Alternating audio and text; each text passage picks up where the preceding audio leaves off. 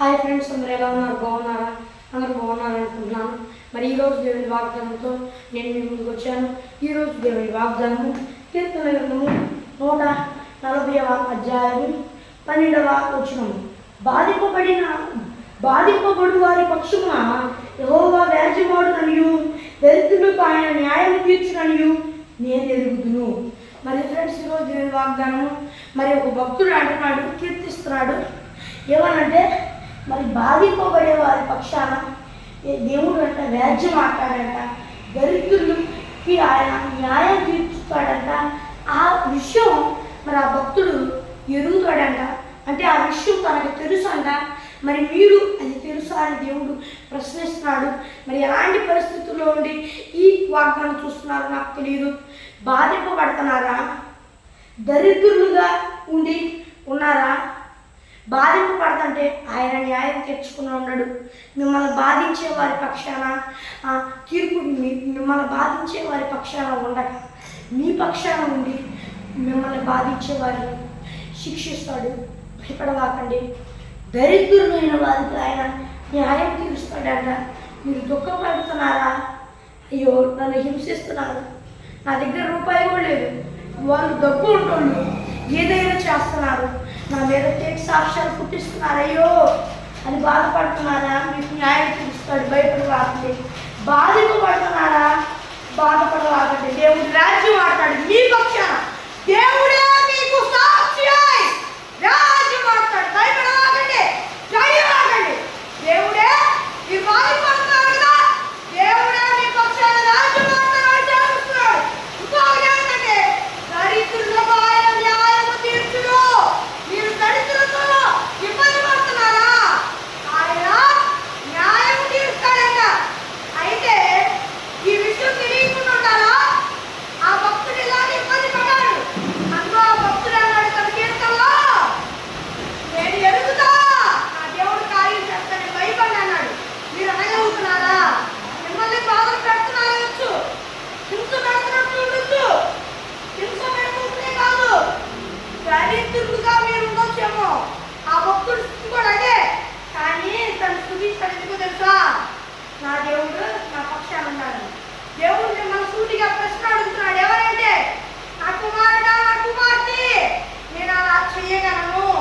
నీవు అది తెలుసున్నావా? అది తెలియకుండా తప్పుడు పనులు ఎందుకు చేస్తున్నా? ఇప్పటికైనా నేను చెబుతున్నా, నేను అలాంటి వాడిని విన్నావు కదా. ఇప్పటికైనా నాకు ఇష్టానుసారంగా బ్రతుకు. నా సేవకుడికి తెలిసింది. నీకు తెలుస్తుందా? ఈ రోజున తెలియకుండా తప్పుడు ప్లాన్లు చేసుకుంటున్నావు.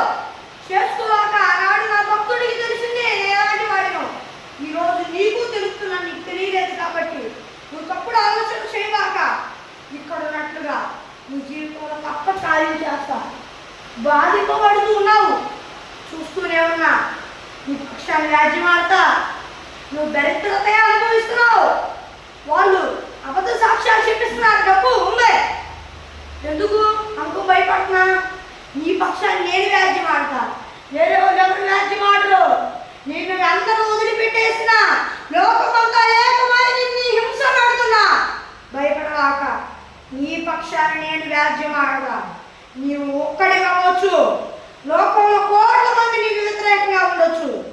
నేను నీకు తోడై ఉంటే నీకు విరోధి ఎవడు ఉన్నాను, వాడికి ఏమీ యూజ్ చేయలేడు. భయపడవాక. దరిద్రత అనుభవిస్తున్నావా?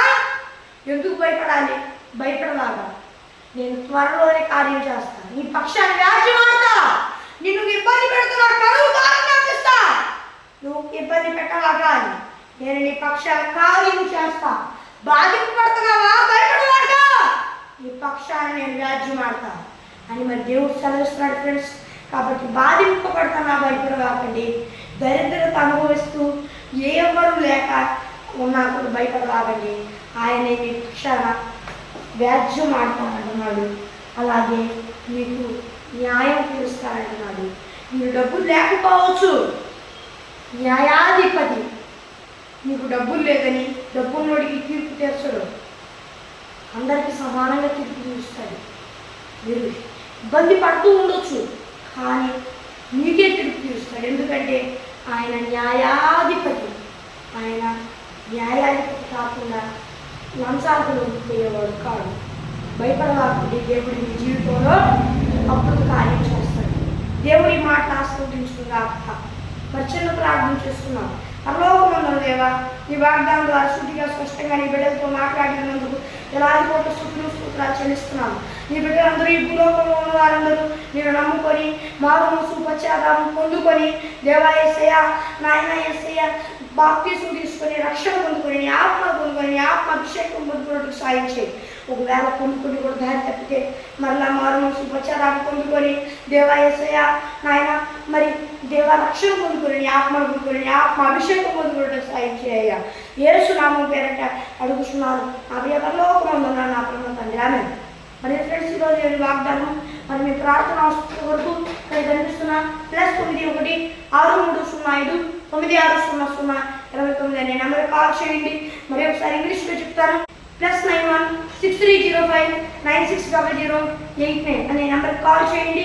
మరి ఒక వాగ్దానం